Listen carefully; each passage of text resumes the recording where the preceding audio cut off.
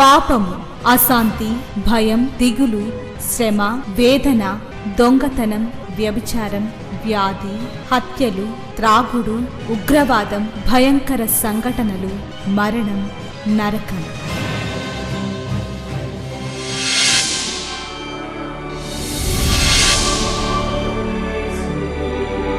సిలువలోనే పాప క్షమాపణ, పరిశుద్ధ జీవితం, ప్రేమ, వాక్య ధ్యానము, నెమ్మది, సహవాసం, నిత్య జీవం.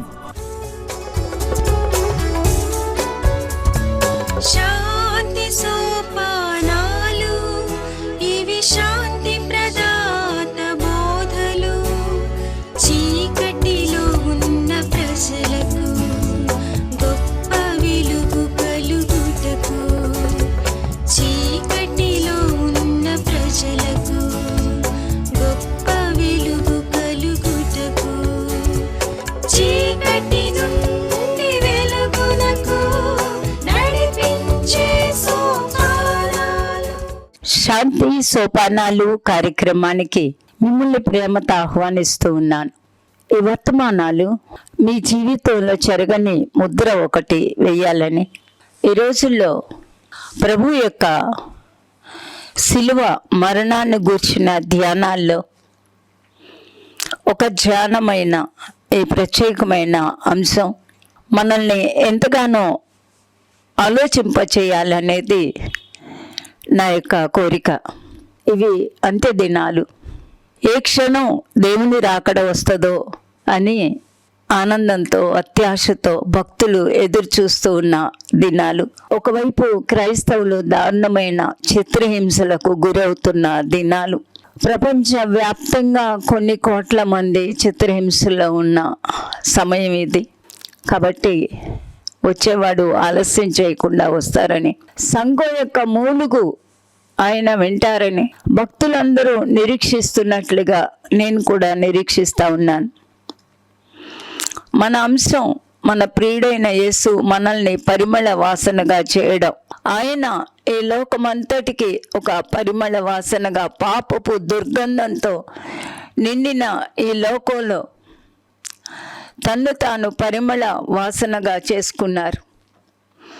ఆ పరిశుద్ధమైన విలువైన రక్తాన్ని కార్చారు. ప్రశస్తమైన నీతిమంతుని యొక్క రక్తం ఈ భూమి మీద చిందింపబడింది.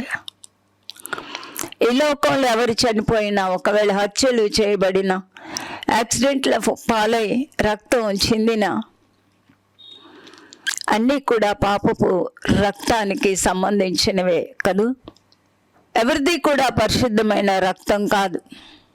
అందుకే ఎఫెసీ పత్రిక 2వ అధ్యాయం 1వ వచనాన్ని చదువుతున్నాను. మీరు అపరాధముల చేతను పాపముల చేతను మీరు చచ్చిన వారై ఉండగా ఆయన మిమ్మల్ని క్రీస్తుతో కూడా బ్రతికించెను. మీరు వాటిని చేయుచు వాయుమండల సంబంధమైన అధిపతిని, అనగా అవిధేయులైన వారిని ఇప్పుడు ప్రేరేపించు శక్తికి అధిపతిని అనుసరించి ఈ ప్రపంచ ధర్మము చొప్పున ముడుపు నడుచుకుంటారు. ఈ లోక అధిపతిని అనుసరించి నడుచుకుంటా ఉన్నారు. ఈ లోక అధిపతి ప్రతి మనిషిని పాపానికి ప్రేరేపిస్తారు. 5వ అధ్యాయానికి వచ్చేసరికి ఎఫెసీ పత్రిక, కావున మీరు ప్రియులైన పిల్లల వలె దేవుని పోలే నడుచుకొనుడి. ఒక వ్యక్తి, చచ్చిపోయిన వ్యక్తి అనగా ప్రాణం బతికుంది కానీ ఆత్మ చచ్చిపోయింది. అలాంటి వ్యక్తిని ఆత్మీయంగా బ్రతికించడానికి, జీవాన్ని ఇవ్వటానికి జీవాధిపతి అయిన దేవుడే మానవ స్వరూపాన్ని దాల్చారు. తెలియక అనేక మంది ఎన్నెన్నో మాటలు, దూషణలు పలుకుతా ఉన్నారు. దేవుడు వారిని క్షమించునుగాక. 2వ వచనం చదువుతున్నాను, ఎఫెసీ 5:2. క్రీస్తు మిమ్మల్ని ప్రేమించి పరిమళ వాసనగా ఉండుటకు మన కొరకు తన్ను తాను దేవునికి అర్పణగాను బలిగాను అప్పగించుకొనును. దేవుడు మనలను ప్రేమించి ఇంత పాపపు దుర్గంధంతో కూడిన మనల్ని పరిమళ వాసనగా చేయటానికి తన్ను తాను అర్పించుకున్నారు. చాలా సంవత్సరాల క్రితం ఇలా ఊహించుకున్నాను. ఒకసారి డ్రైనేజీ పక్కనే ఉన్న రూమ్లో ఉండాల్సి వచ్చింది. చాలా వాసన. అప్పుడు నాకు ఈ మాట గుర్తొచ్చింది. డ్రైనేజీ పక్కనుంది, కానీ గదిలోకి ఎందుకు అంత దుర్గంధం? ఆ వాసన పోవాలంటే ఆ గదిలో ఎన్ని పర్ఫ్యూమ్స్ జల్లితే, లేక ఎన్ని సెంట్లు జల్లితే ఆ గదిలోకి వచ్చిన ఆ మురికి కంపు బయటికి పోతుంది చెప్పండి. అప్పుడు నాకు ఈ మాట గుర్తొచ్చింది. ప్రపంచమంతా కూడా పాపపు దుర్గంధమే. ఏ మనిషిని చూసినా దేవునికి అవిధేయతతో కూడిన దుర్గంధమే. ప్రతి మనిషి ఆత్మ చచ్చిపోయింది. చచ్చిన శవాన్ని అలాగే ఉంచితే కంపు కొడుతుంది. ఈ పాపపు దుర్గంధం పోవడానికి పరిమళ వాసనగా తన్ను తాను మన కోసం సమర్పించుకున్నారు. ఆయన పరిశుద్ధుడు, ఆయన నీతిమంతుడు, ఆయన సిలువ వేసిన అధిపతి నీతిమంతుడు అనే మాట చెప్పాడు. నిరపరాధి రక్తానికి నాకు సంబంధం లేదని చేతులు కడిగేసుకున్నాడు పిలాతు. అతని భార్య కౌరు పంపింది నీతిమంతుని జోలికి వెళ్ళకని. సాక్షాత్తు రోమన్ గవర్నర్ నీతిమంతుడు అన్నాడు, భార్య నీతిమంతుడు అంది. ఆయన అప్పగించిన ఇస్కరియోతు యూదా కూడా ఈ నీతిమంతుని రక్తం అన్నాడు. ఈ రోజుల్లో వెర్రిగా ప్రభువుని గురించి ఏవేవో మాటలు మాట్లాడుతూ ఉన్నారు కదా కొందరు. తీర్పు ఒకటి ఉందండి. ప్రతి మనిషి కూడా ఆయన ఎదుట నిలబడతాడు. తీర్పు ఉంది. ఎవరు ఆ తీర్పు తప్పించుకోరు. ఈ భూమి మీదనున్న ప్రతి మనిషి, బైబిల్ చెప్తా ఉంది, సముద్రంలో పడి చచ్చిపోయారా? భూమి మీద ఉన్నారా? ఎక్కడ ఎవరు ఏ రీతిగా చనిపోయినా సముద్రం తన మృతులను అప్పగిస్తుందంట. చనిపోయిన ప్రతి ఒక్కరు కూడా లేస్తారు. ఈ భూమి మీద పుట్టిన ఆదాము మొదలుకొని ప్రతి మానవునికి ఒక తీర్పు ఉంది. దేవుని యొక్క ఉగ్రతను, దేవుని యొక్క తీర్పును ఎవరు తప్పించుకోరు. క్రైస్తవులమైన మనం కూడా తప్పించుకో. యేసు రక్తం చేత కడుగబడి పాప క్షమాపణ పొంది దినదినము ఆ రక్తాన్ని ఆశ్రయిస్తూ ఆయన వాక్యానికి లోబడితే, మన పేర్లు జీవ గ్రంథంలో రాయబడితే, ఆయన కోరినట్టుగా మనం జీవిస్తే, ఆయన చేయమన్నవి మనం చేస్తూ ఉంటే మనం ఆ తీర్పును తప్పించుకుంటాం. గత వారం మనం ఈ శతాధిపతిని గురించి ఆలోచిస్తూ ఉన్నాను. క్రిస్మస్ వచ్చినప్పుడు క్రిస్మస్లో నిమగ్నమైన వ్యక్తుల గురించి ఆలోచిస్తాం. ఈ శతాధిపతి మొట్టమొదటి మాట విన్నాడు, తండ్రి వీరేమి చేయుచున్నారు, వీరు ఎరుగరు గనుక వీరిని క్షమించుము. ఇలాంటి మాట ఎవరు పలకలేదే. ఇతనికి ఎవరు తండ్రి? ఇతను అసలు ఎవరు? ఆయన వస్త్రాలకు చీటీ వేసుకున్నారు. ఆయన అంగి కుట్టు లేకుండా నేయబడింది. ఏ తల్లి నేసిందో ప్రేమతో, ఏ తల్లి ప్రేమతో తెచ్చి ఆయనకు ఇచ్చి ఆయనకు తొడిగించి ఆనందించిందో, కాబట్టి దానికోసం చీట్లు వేశారు. ఎప్పుడో దావీదు ప్రవచించిన వారు నా వస్త్రముల కొరకు చీట్లు వేసుకున్నారు అనే ప్రవచనం నెరవేరింది. అది వాళ్ళు ఒక ట్రోఫీ, ఒక యుద్ధంలో గెలిచిన ఒక వస్తువు తెచ్చుకొని అలా పెట్టి ఎలా చూపిస్తారో అలాగా ప్రదర్శించుకుంటారు. దిరోబ్ అని ఒక కథనం ఉంది. ఈ అంగి ఇతనికి వచ్చిందని చెప్తూ ఉంటారు. శతాధిపతి ఆ తొలి మాట విన్నాడు. ఖచ్చితంగా ఆలోచిస్తాడు. బుర్రున్నవాడు ఎవడైనా ఆలోచిస్తాడు. ఎవరితను? ఎవరిని క్షమించమని అడుగుతున్నాడు? ఏంటి క్షమాపణ? ఇది ఎవరికి వర్తిస్తుంది? వీరు ఏమి చేయుచున్నారో? అవును, మేము సిలువేస్తున్నాం కదా. వీళ్ళంతా దైవకుమారుడా దిగిరా అని అరుస్తున్నారు. నిజంగా ఈయన దైవకుమారుడా? ఎవరితను? అప్పటి వరకు కూడా ప్రభువారు అతనికి ఒక యూదుడు. కొంతసేపటికి రెండో మాట అన్నారు. ఇతను వినుంటాడు, నేడు నువ్వు నాతో పరదైసులో ఉంటావు. అరే, ఎంత విచిత్రమైన మాట! ఈయనకి పరదేశికి ఏంటి సంబంధం? ఇంత అధికారంతో ఎలా చెప్తున్నాడు?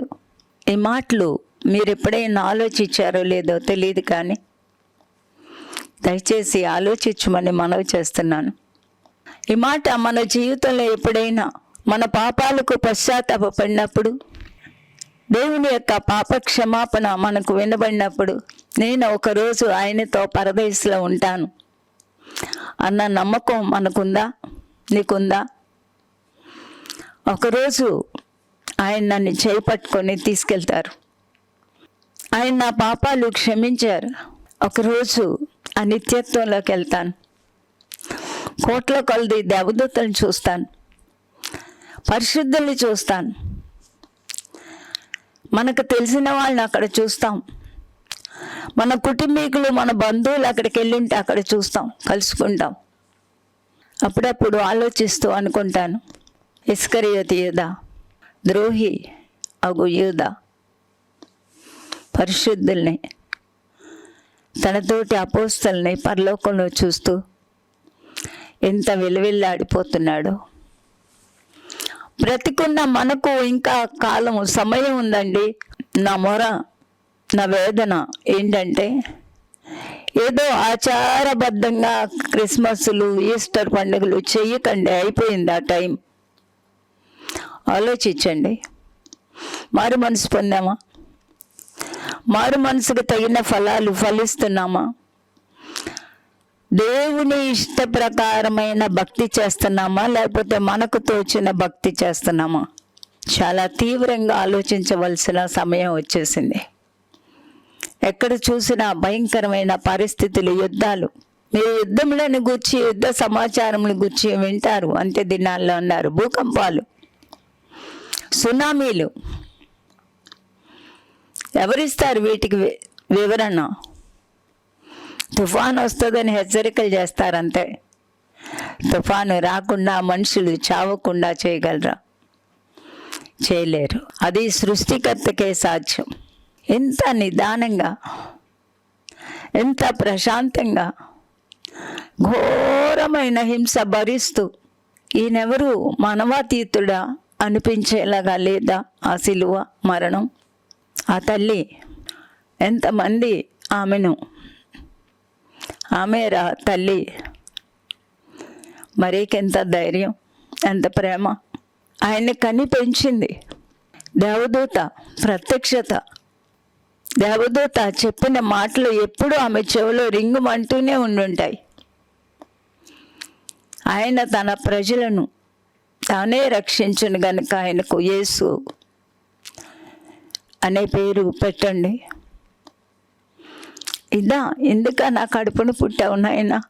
అప్పుడు ఆ భయంకరమైన వాతావరణంలో ఆ తల్లిని ఉద్దేశించి కుమారునికి బాధ్యత అప్పచెప్పారు యోహానుకు. ఏంటిదంతా? ఇదంతా విచిత్రం కదా అనుకొని ఉండడా ఆ శతాధిపతి? అతనికి ఏం తెలుసు? మామూలుగా పచ్చి బూతులు తెలుసు. సిలువేయబడిన వ్యక్తులు ఎలా తిడతారో తెలుసు, ఎలా అరుస్తారో తెలుసు. ఈయన ఒక మానవాతీతుడిగా ప్రవర్తిస్తున్నాడు అనేది నెమ్మదిగా అతని హృదయం మీద అచ్చు పడిపోతూ ఉంది.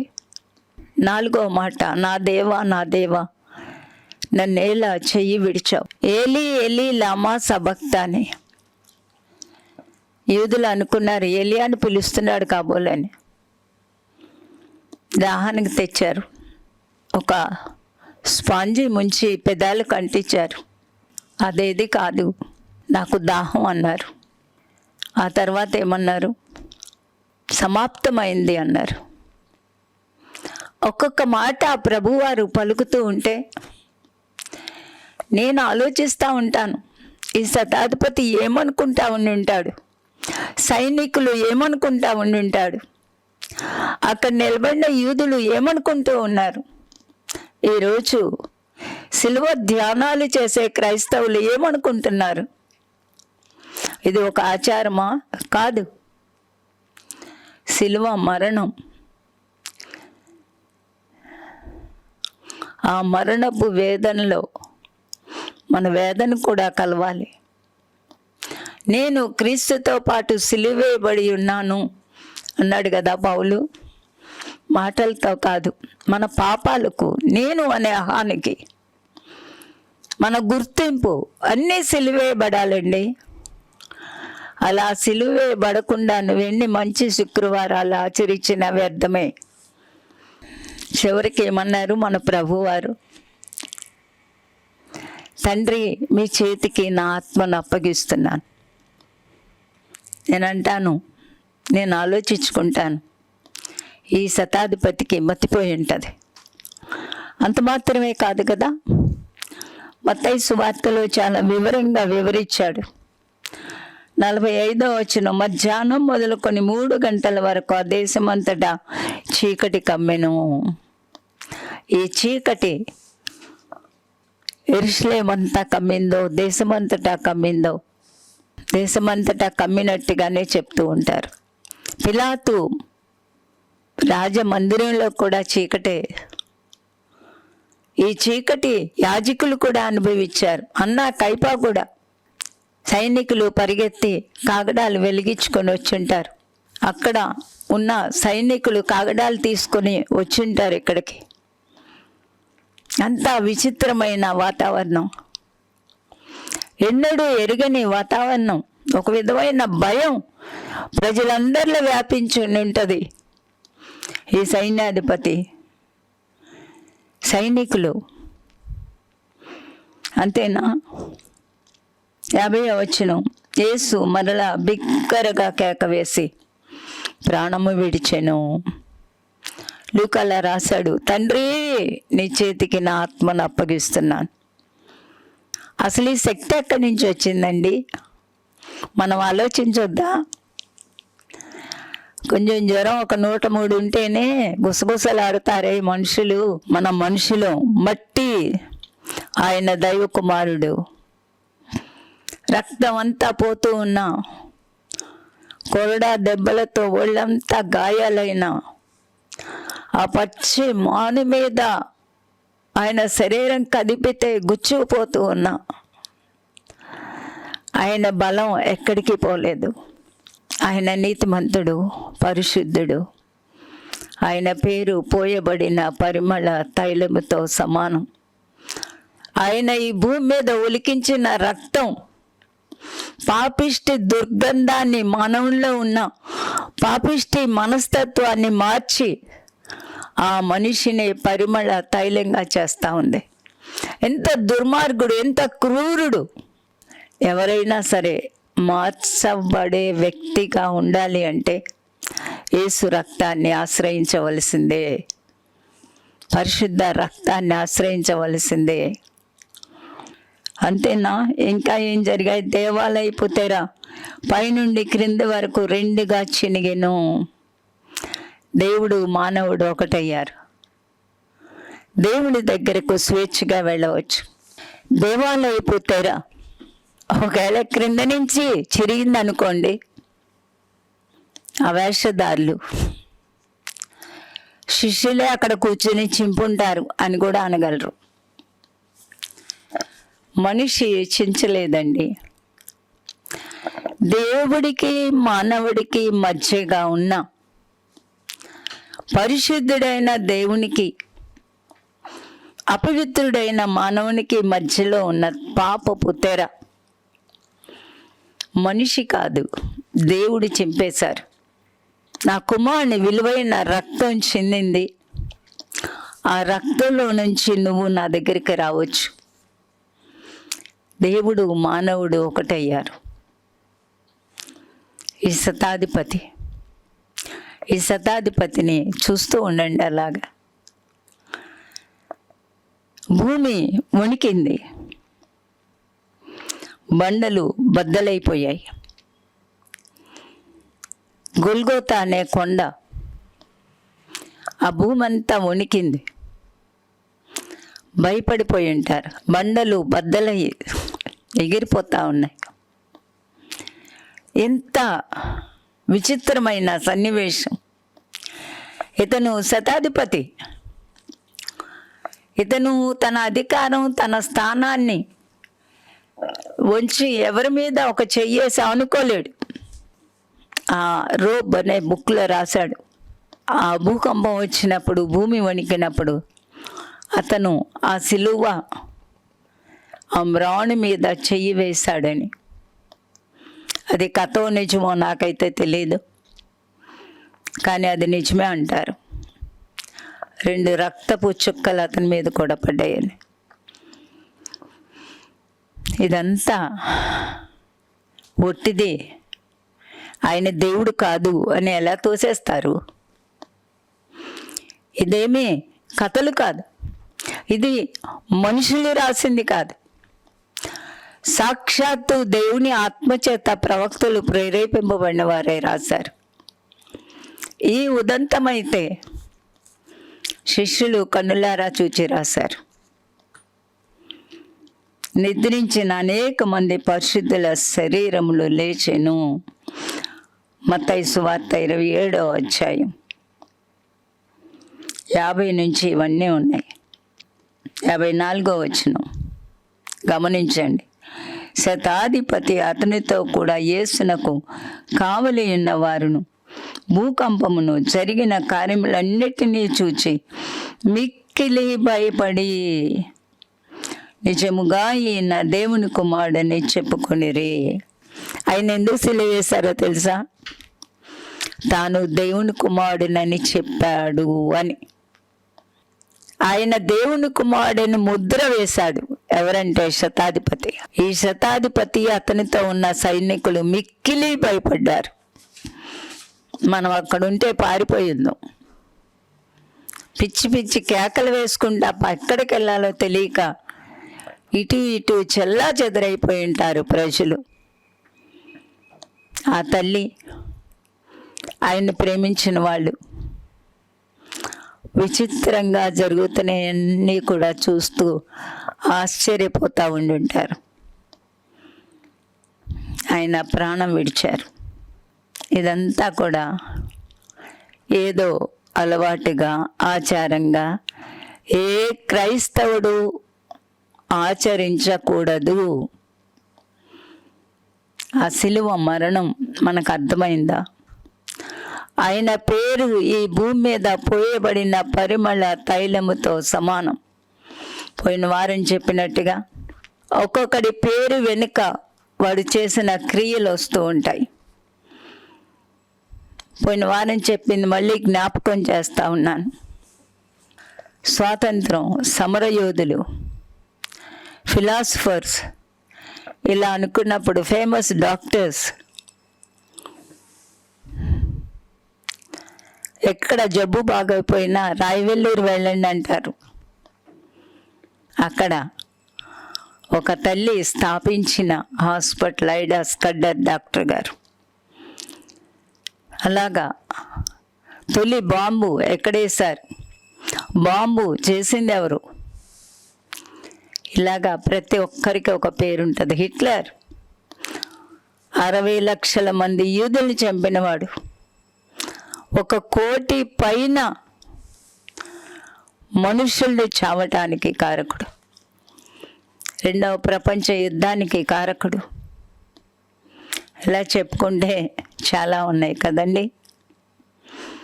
మనందరి పేర్లు వెనుక కూడా ఏదో రాయబడుతుంది. వాడా బహుకోపిష్టి అంటారు, అతను చాలా మంచోడండి అంటారు, ఆమె ఎంత మంచిదో, చాలా భక్తురాలు. రకరకాల పేర్లు ఉంటాయండి ఒక్కొక్కరికి. యేసు ప్రభు పేరు పోయబడిన పరిమళ తైలంతో సమానం. అపరాధముల చేతను పాపముల చేతను చచ్చి కుళ్ళిపోయిన మానవ జీవితాన్ని, పాపిష్టి జీవితాన్ని, చెడ్డ ప్రవర్తనతో కూడిన జీవితాన్ని ఆయన పరిశుద్ధంగా చేయగలరు, పవిత్రంగా చేయగలరు. ఎలాంటి వ్యక్తినైనా పరిమళ వాసనగా చేయగలరు. ఎంతోమంది ఆయన రక్తంలో తమ జీవితాలు కడుక్కొని పరిశుద్ధులైన వాళ్ళు ఉన్నారు. ఈరోజే కాదు, ఆలోచించండి, మన జీవితం పరిమళ వాసనగా మారిందా? యేసు ప్రభు రక్తంలో పుడితే దేవుని యొక్క బిడ్డలంగా మనం దత్తత చేయబడుతూ ఉన్నాం. ఈ దత్తత చేయబడకుండా, దేవుని బిడ్డలం కాకుండా ఈ సిలువ శ్రమలను గూర్చి కేవలం ధ్యానంతో ముగిస్తే మీకేమీ లాభం ఉండదు. ప్రభుకి అంటు కట్టబడమని మనవి చేస్తూ ఉన్నాను. ప్రార్థన చేసుకుందాం. ప్రేమ కలిగిన మా ప్రియమైన పరలోకపు తండ్రి, ఈ పాపిష్టి లోకంలో పరిమళ వాసనగా మా కొరకు పోయబడిన మీ రక్తం కొరకు, మీ ప్రేమ కొరకు, మీ క్షమాపణ కొరకు వందనాలు. ఆ శతాధిపతి నిజంగా ఈయన దేవుని కుమారుడే అని ఒక ముద్ర వేసినట్టుగా మా జీవితాల్లో మిమ్మల్ని మా సుఖకీయ రక్షకునిగా చేసుకొని ఆ పరిమళ వాసనగా ఈ లోకంలో మేము ఉండటానికి ప్రతి ఒక్కరిని కూడా రక్షించమని, రక్షించబడాలన్న తపన ప్రతి ఒక్కరిలో పుట్టాలని ప్రార్థిస్తూ, కష్టాలు, శ్రమలు, మరణం, రోగాలు వీటన్నిటి మధ్య ఇరుక్కుపోయిన ప్రతి ఒక్కరి ఆర్తనాదాలు వినమని మనవి చేస్తూ యేసునామమున వేడుకుంటున్నాను తండ్రి, ఆమేన్. మహాదేవుడు మన ప్రభువు రక్షకుడునైన యేసుక్రీస్తు కృపా, దేవుని ప్రేమ, పరిశుద్ధాత్మ నిత్య సన్నిధి సహవాసం కూడి వచ్చిన మనందరికీ సదా తోడైండి నిత్యత్వాన్ని గూర్చిన నిరీక్షణతో కూడిన జీవితాలలోనికి నడిపించును గాక. ఆమేన్. ఈ లోకంలో ఒక పరిమళ వాసనగా జీవించటానికి దేవుడు మిమ్మల్ని తీర్చిదిద్దును గాక. మా address Shrimati Joy Sam Benny, Emmanuel church 1-146 S Achyutapuram, Kakinada 4. మా ఫోన్ నంబర్స్ 944-010-9893 మరియు 0884-237-6793. మరలా ఇదే సమయానికి ఇదే ఛానల్లో మనం కలుసుకుందాం. Thank you.